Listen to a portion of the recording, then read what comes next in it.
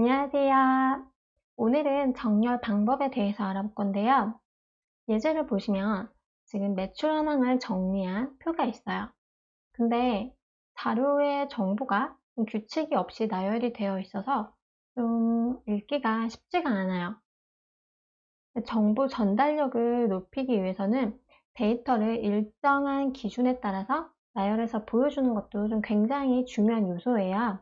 그래서 오늘은 정보 전달력을 높이는 정렬 방법에 대해서 알아볼게요. 정렬 방식은 크게 세 가지로 오름차순 정렬, 내림차순 정렬, 그리고 그 외에 사용자가 정렬 규칙을 만들어서 사용을 할 수도 있어요.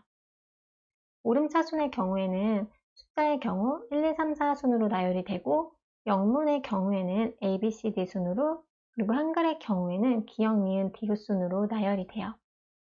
내림차순 정렬은 오름차순과 그 반대로 나열이 되겠죠. 그리고 하나의 목록에 숫자와 한글, 영문, 특수문자가 이렇게 여러 다양한 데이터가 섞여 있는 경우에는 내림차순 기준으로 해서 한글, 영문, 특수문자, 숫자의 순으로 정렬이 됩니다. 역시 오름차순의 경우는 또 그 반대겠죠. 그래서 지금 매출 현황표를 한번 매출이 가장 큰 제품 순으로 정렬을 해볼게요. 그래서 어느 카테고리에서 가장 매출이 많이 발생하고 어느 카테고리에서 가장 매출이 부진했는지를 살펴볼게요.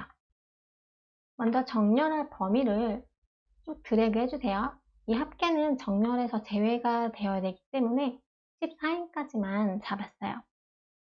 그런 다음에 데이터에 정렬을 누르실 수도 있는데 홈 탭에 정렬 및 필터에 가면 사용자 지정 정렬이 있어요.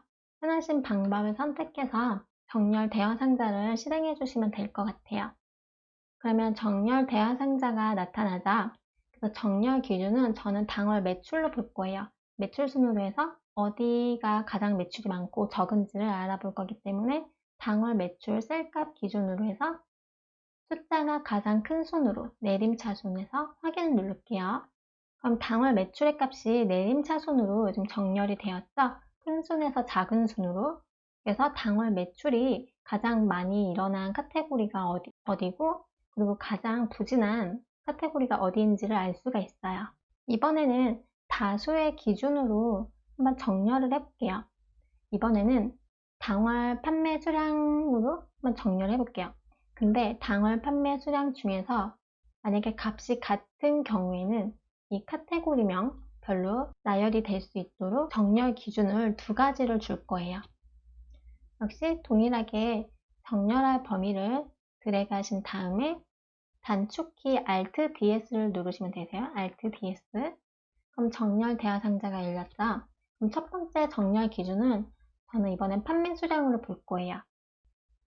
역시 판매 수량이 많은 기준으로 볼 거기 때문에 내림차순 그리고 기준 추가를 눌러볼게요. 기준 추가해서 다음 기준 정렬을 줄 건데 카테고리명으로 이번에는 오름차순으로 한번 해볼게요. 그리고 확인.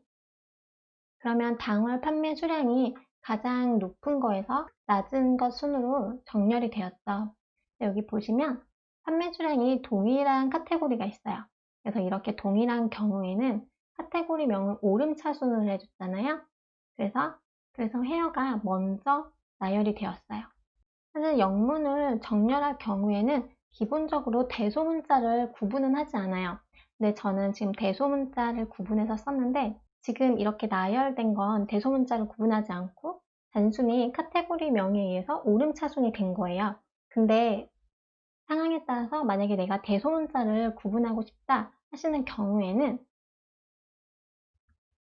정렬 대화 상자를 다시 열어볼게요. 그럼 여기 옵션 단추가 있어요. 그 옵션을 누르면 여기 대소문자 구분에 체크를 하시면 돼요. 그럼 오름차순 기준으로 소문자를 우선순위로 나열을 하게 됩니다. 다시 빠져나올게요. 이번에는 나만의 정렬 규칙을 한번 만들어 볼게요. 우리 회사에서는 우선순위로 보는 그 카테고리 나열 순서가 있다 이런 경우 근데 그 나열이 규칙적이지 않다 그럴 때 매번 위치를 조정해 주기가 너무 번거롭죠? 그럴 경우에 나만의 정렬 규칙을 만들어줄 수가 있어요. Alt DS를 눌러서 정렬 대화 상자를 열어볼게요. 그래서 기존의 기준을 먼저 삭제를 할게요. 그래서 기준 추가를 눌러서 다시 정렬 기준을 카테고리로 줄 건데 이번에는 오름차순도 내림차순도 아닌 내가 만드는 목록에 따라서 정렬을 시킬 거기 때문에 사용자 지정 목록을 열어볼게요. 그러면 사용자 지정 목록 대화 상자가 열리는데 이 목록 항목에 내가 원하는 순서대로 카테고리를 나열을 해줄 수가 있어요. 입력을 한번 해볼게요.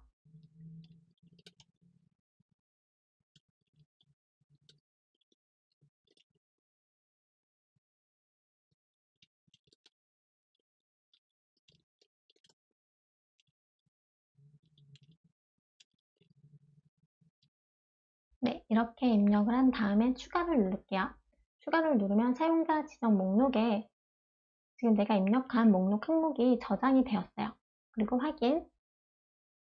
그런 다음에 다시 한번 확인을 눌러볼게요. 그러면 제가 방금 입력한 입력 순서대로 카테고리가 맞춰서 정렬이 되었어요. 그래서 이렇게 내가 원하는 정렬 목록을 한번 저장을 해두면 필요할 때 계속 사용할 수가 있어요. 그리고 이렇게 사용자 지정 목록에 추가한 항목은 이렇게 정렬의 기준으로도 사용할 수 있지만 자동 채우기 입력도 가능해요. 볼게요. 제가 선크림을 입력했어요. 그리고 자동 채우기 쭉 드래그 해볼게요. 그럼 지금 이렇게 정렬된 것과 동일한 카테고리가 입력이 되었죠.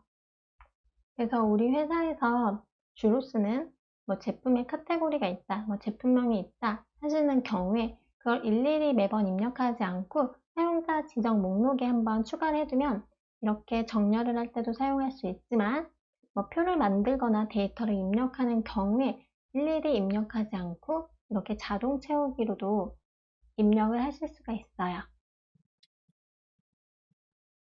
이번에는 난이도를 좀 높여볼게요. 정렬은 이렇게 값 이외에도 셀의 색깔이나 아니면 글꼴색, 셀 아이콘으로 정렬의 기준을 줄 수가 있어요. 그래서 이번에는 주요 마케팅 대상으로 매출을 추적 관리 중에 카테고리가 있다 하는 경우에 이렇게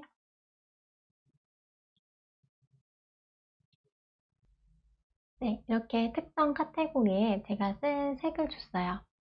그래서 표 안에 데이터를 당월 매출이 가장 높은 순으로 나열을 할 건데 높은 순으로 나열을 하되 이 셀에 색이 채워진 이 주요 카테고리는 매출과 상관없이 표 제일 위에 한번 나열을 해볼게요.